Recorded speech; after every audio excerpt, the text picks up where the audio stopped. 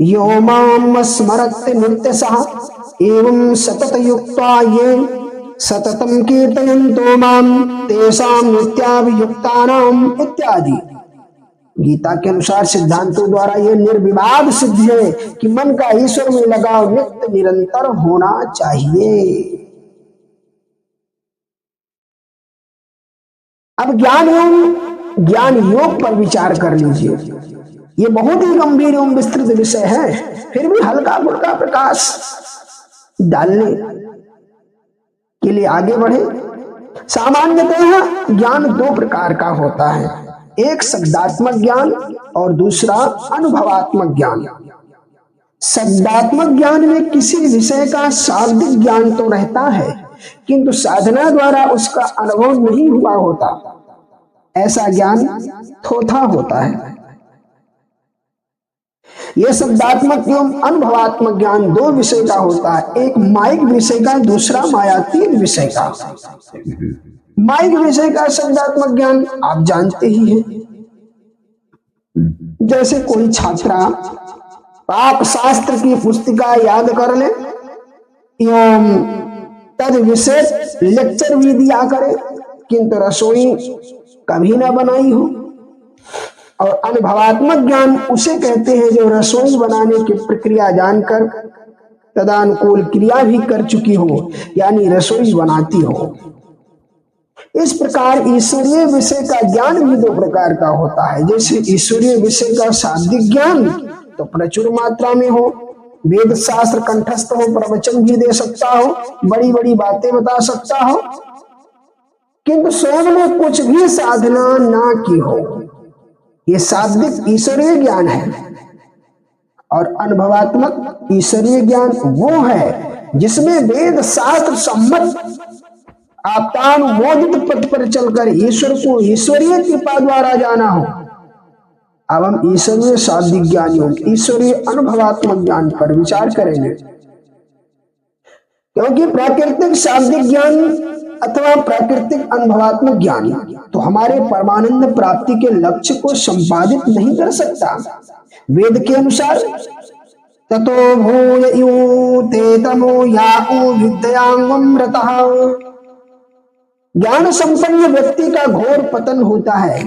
रामायण में तो ज्ञान शब्द का ऐसा प्रयोग है कि महान बुद्धिमान भी भ्रांत हो जाए। यथा प्रथम ये कहा कि ज्ञानी प्रभु ही विशेष प्यारा, अर्थात ज्ञानी भगवान को विशेष प्रिय है। और पुनः कहा है ज्ञान ही भक्त ही नहीं कछु भेदा, ज्ञानी और भक्त में कोई भेद नहीं है। और पुनः ये भी कहा कि भगत हीन मोह प्रिय नहीं सोई, भगत हीन मोह प्रिय नहीं सोऊ, अर्थात ज्ञानी प्रिय नहीं है, फिर कौन प्रिय है? तेजड़ काम धेनु गृह त्यागी, खोजत आकू फिर ही पय लागी। अर्थात जैसे कोई मूर्ख व्यक्ति घर में प्राप्त कामधेनु गाय का दूध न पिए और जंगलों में मदार का विषयात्मक दूध ढूंढे, ऐसे ही ज्ञानी लोग भी मूर्ख हैं जो ज्ञान के लिए प्रयत्न करते हैं। इतने पर भी तुलसीदास बाबा महाराज चुप नहीं हुए। उन्होंने कहा ते सठ महा सिंधु बिनु तरनी, पैरी पार चाहे हैं जड़ करनी। ज्ञानी लोग सठ हैं क्योंकि जैसे कोई सठ अपार समुद्र को तैर कर पार करने का विश्वास करता है, वैसे ही ज्ञानी भी ज्ञान मार्ग द्वारा ईश्वर को जान लेना चाहता है। अब इसके आगे और भयानक कहा, रामचंद्र के भजन बिनु जे चाह पद निर्वाण, ज्ञानवंत अपिसो नर पशु बिनु पूछ विषाण। ज्ञानी ज्ञान मार्ग के द्वारा निर्वाण पद चाहता है, अतः वो पशु है, वो पशु है एवं सींग पूछ रहित पशु है। अब बताइए इसमें क्या सच माना जाए? एक और आप ग्रंथ कहते हैं कि रीति ज्ञानांत मुक्ति ही, ज्ञान के बिना मुक्ति असंभव है। और पुनः कहते हैं ज्ञानादेव ही कैवल्यम, अर्थात ज्ञान से ही मोक्ष मिल सकता है। और गीता में भी कहा है कि नाहि ज्ञानेन सादृशं पवित्रमिह विद्यते, ज्ञान के सदृश कोई वस्तु नहीं है। यहाँ तक कि रामायण में ही, जैसे मैंने पूर्व में बताया कि ज्ञानी प्रभु ही विशेष प्यारा, और गीता में भी इसी आशय से कहा गया कि ज्ञानी त्वामेव में मतम। अब एक साधारण व्यक्ति ज्ञान के विषय में क्या निश्चय करे? ज्ञान की जहां भी निंदा पाई जाती है वह केवल शाब्दिक ज्ञान की ही हो सकती है, क्योंकि शाब्दिक ज्ञान महान हानिकारक है। आप कहेंगे बिना शाब्दिक ज्ञान के क्रिया का भी प्रारंभ नहीं होगा, तब अनुभव कैसे होगा? हाँ, बात तो ठीक है कि प्रथम शाब्दिक ज्ञान भी अनिवार्य है, तभी तत्संबंधी साधना द्वारा अनुभव हो सकता है। हाँ? किंतु गंभीर बात यह है कि यदि केवल शाब्दिक ज्ञान होगा तो अनुभवहीन होने के कारण वह मिथ्या अभिमानी बन जाएगा, और शब्द ज्ञान रहित व्यक्ति से भी उसका अधिक पतन हो जाएगा। आप किसी आध्यात्मिक क्षेत्र में जाकर देखें, मंदिर ही में देखें, वहां शाब्दिक ज्ञानी की शब्दावली में कितनी कर्मठता होती है। जिस समय एक शाब्दिक ज्ञानी एक श्लोक पढ़ता है, ऐसा लगता है जैसे कोई उसकी बारी ऐंठ रहा हो। किंतु एक मूर्ख व्यक्ति जब मंदिर में जाता है तो भले ही वहां तुमेव माता च पिता तुमेव कहे या एक ही श्लोक कहे, किंतु उसके उच्चारण में हृदय का भाव निहित होता है। कारण स्पष्ट है कि वह मूर्ख ये कैसे सोच सकता है कि मैं सब कुछ समझता हूं। वो शाब्दिक ज्ञानी ये कैसे भुला दे कि वो शास्त्रों वेदों का ज्ञाता है। आप लोग जानते हैं कि मिथ्याभिमानी ही भगवान से पृथक करने वाला महान विरोधी तत्व है।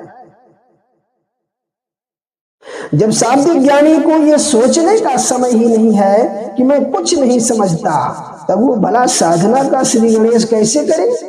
उसका लक्ष्य तो एक मात्र यही है कि लोग मुझे ये समझे कि मैं ज्ञानी हूं, बस इसी लोक रंजन के लक्ष्य से वह प्रतिक्षण चिंतित रहता है।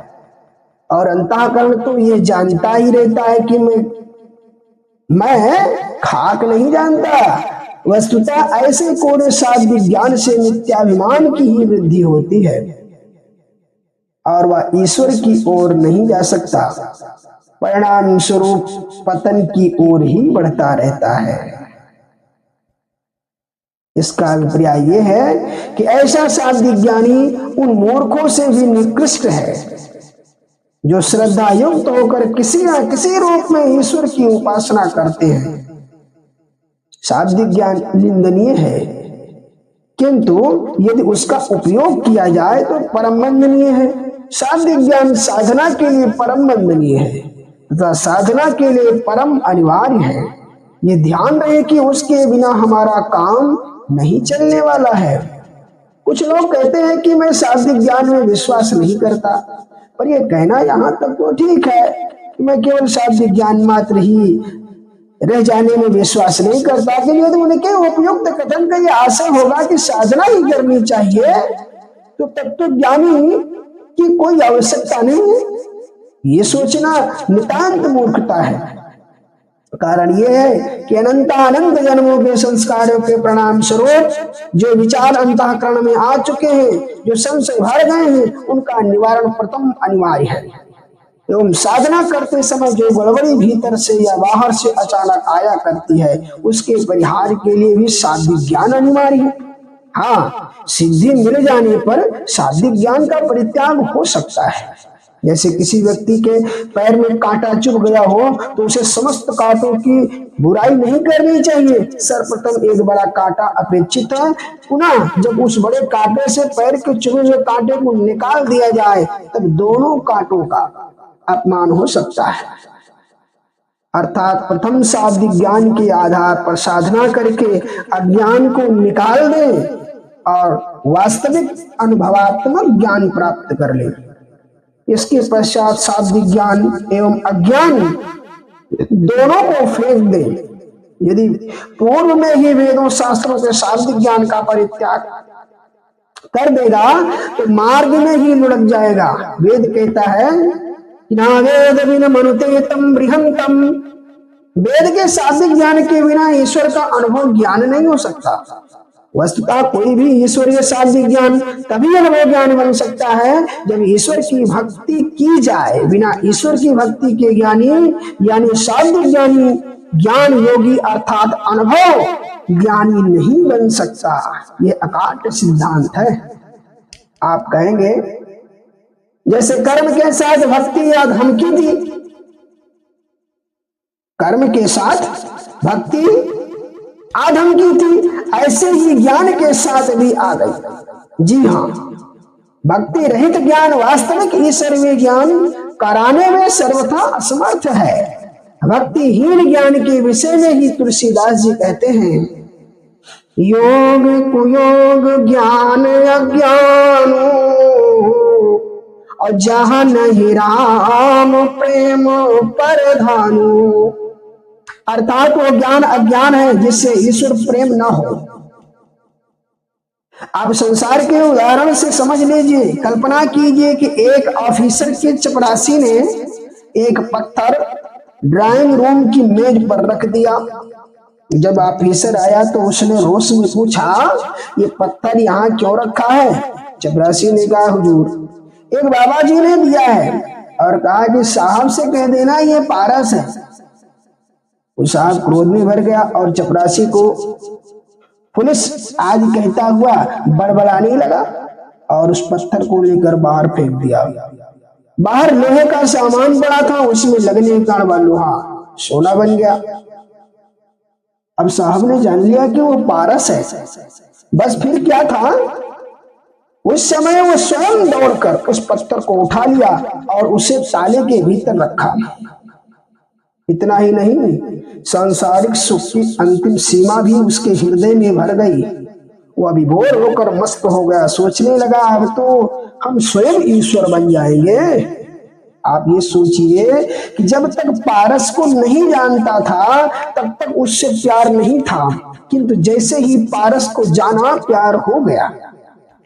तो ईश्वर संबंधी वैदिक शाब्दिक ज्ञान पर हम विश्वास कर लें तो तत्क्षण ईश्वर से प्यार हो जाएगा। और जो जो प्यार बढ़ता जाएगा त्यों तो ज्ञानानुभव भी बढ़ता जाएगा। इसका विशेष विस्तार आगे आएगा। और यदि कोई ज्ञानी वास्तव में ज्ञानी बनने का दावा करता है किंतु भक्ति से शून्य है तो वो ज्ञानी अज्ञानी महानुभावों का नेता ही माना जाएगा। अज्ञानियों का नेता है वो, क्योंकि वो ज्ञानी नहीं है, अपितु मिथ्याभिमानी मात्र है। ऐसे मिथ्या ज्ञानाभिमानी को महत्तम ब्रह्मादि भी नहीं समझा सकते, क्योंकि मिथ्याभिमानी के कारण जिज्ञासा समाप्त हो जाती है। वह किसी बात पर विश्वास करने में संकोच करता है। वेद व्यास ने संक्षेप में बड़ी सुंदर परिभाषा की है। उन्होंने कहा कि सा विद्या तन्मतिर्यजा, ज्ञान वही है जिससे ईश्वर भक्ति हो। और पुनः व्यास जी कहते हैं, श्रेयस्तुतिं भक्ति मुदास्यते विभो अकृसंतये केवल बोध लभ्ये तेषां स्वप्ने सलरेव शिष्यते नान्यथास्तून तुषावघातिनम्। भक्ति के बिना ही जो केवल ज्ञान के द्वारा ही ईश्वरीय ज्ञान प्राप्त करना चाहते हैं वो उसी मूर्ख स्त्री के समान है जो चावल निकालते हुए धान के उस भूसी को पुनः कूटती हुई और पछोड़ती हुई यह आशा करती है कि इससे पुनः चावल निकलेगा। इसका मतलब एक है कि केवल परिश्रम ही हाथ लगेगा, तत्व की प्राप्ति का तो सपना भी नहीं पूरा होगा। गीता में भी स्पष्ट कहा है, माम यायो अव्यभिचारेण भक्ति योगेन सेवते सा गुणान् संतीरते तान् ब्रह्म भूयाय कल्पते। मेरी व्यभिचारिणी भक्ति के द्वारा ही ज्ञानी ब्रह्मभूत स्वरूप को प्राप्त होता है। ब्रह्म भूता प्रसन्नात्मा ना शोचति ना कांक्षति क्षमा सर्वेषु भूतेषु भक्ति भक्तिं लभते परम। पुनः ब्रह्म भूतावस्था को हो जाने पर यद्यपि समदर्शी हो जाता है, कामना आज समाप्त हो जाती है, वियोग का दुख भी नहीं होता, फिर भी ईश्वरीय ज्ञान नहीं हो पाता और उपयुक्त अवस्था से पुनः पतन हो जाता है। किंतु जब ऐसे ज्ञानी को पराभक्ति मिल जाती है तब कैसे बनता है? भक्त्या माम अभिजानाति यावन्यासास्मि तत्त्वतः ततो माम तत्त्वतो ज्ञात्वा विशते तदनन्तरम। गीता 18वें अध्याय का 55वां श्लोक है। उस पराभक्ति से वो आत्मज्ञानी मुझ ईश्वर को पूर्णतः जान पाता है कि मैं कितना हूं, यूं क्या हूं। और अपूर्ण ज्ञान, आंशिक ज्ञान भक्ति के द्वारा पूर्णतया को प्राप्त हो जाता है। इसी आशय से अभिजानाति अर्थात पूर्व ज्ञान को पुनः पूर्णतया जानना ऐसा लिखा है। तब ईश्वर के पूर्ण ज्ञान के पश्चात ईश्वर में वो लीन हो जाता है। और स्पष्ट गीता पर ध्यान दीजिए, ज्ञान यज्ञेन चापन्ने जंतो माम उपासते एकत्वेन पृथक्त्वेन बहुधा विश्वतो मुखम। ज्ञानी अथवा अन्य कोई भी सब मेरी भक्ति करे। माम उपासते शब्द से स्पष्ट है कि ज्ञानी को भी उपासना करनी है, या चाहे अभेद्य भक्ति हो, चाहे भेद भक्ति हो, या अन्य कोई स्वरूप हो। क्योंकि पुनः गीता में भगवान ने कहा कि पुरुषा सा परः पार्थ भक्त्या लभ्यस्त्वनन्यः यस्यान्तः स्थानि भूतानि येन सर्वमिदं ततम्। 8वें अध्याय का 22वां श्लोक गीता। वो परस्पर परम पुरुष ईश्वर एकमात्र अनन्य भक्ति से ही प्राप्त है। जिस ज्ञानी को भगवान ने अपनी आत्मा के समान प्रिय कहा है वो ज्ञानी भक्त है। और चतुर्विधा भजन्ते माम जनः सुकृतनो अर्जुन। और तो जिज्ञासुरार्थी ज्ञानी चा भरतर्षभ। अर्थात 4 प्रकार से मेरी भक्ति की जाती है। भजन्ते विचारणीय शब्द है, इसमें आर्त, जिज्ञासु, अर्थार्थी और ज्ञानी 4 प्रकार के भक्त। ज्ञानी भक्त प्रभु को अत्यंत प्रिय है। पुनः भगवान कहते हैं एवं सतत युक्ताये भक्तास्त्वां पर्युपासते ये चाप्यक्षरमव्यक्तम् तेषां के योगवित्तमः। भगवान से अर्जुन ने पूछा कि महाराज कुछ भक्त तो निराकार ब्रह्म की अभेद्य भक्ति करते हैं और कुछ साकार भगवान की भेद भक्ति करते हैं, तो इन दोनों में कौन श्रेष्ठ है? तो भगवान ने उत्तर दिया दोनों ही कृतार्थ हैं, क्योंकि अव्यक्तम पर्युपासते वो निराकार ब्रह्म की भक्ति ही तो करते हैं। हाँ, इतना अवश्य है कि मार्ग के कठिन के दृष्टिकोण से अभेद भक्ति रूपी ज्ञान योग अत्यंत कठिन है। सारी गीता में केवल एक श्लोक माया निवृत्ति के हेतु विचारणीय है। देवी दोषा गुरुमरी मम्माया दुरत्तरा मामे वे प्रवदन्ति माया में तरन्ति ते। मेरी देवी त्रिआत्मिका माया तभी छोड़ सकती है जब तुम मेरी शरण में आ जाओ। अर्थात भक्ति के बिना ज्ञानाद से मुक्ति नहीं होगी। इतना समझ लो। अब यहीं से आगे का भाग ज्ञानियों का वर्णन कल प्रारंभ होगा। बोल कृष्णचंद्र भगवान की जय।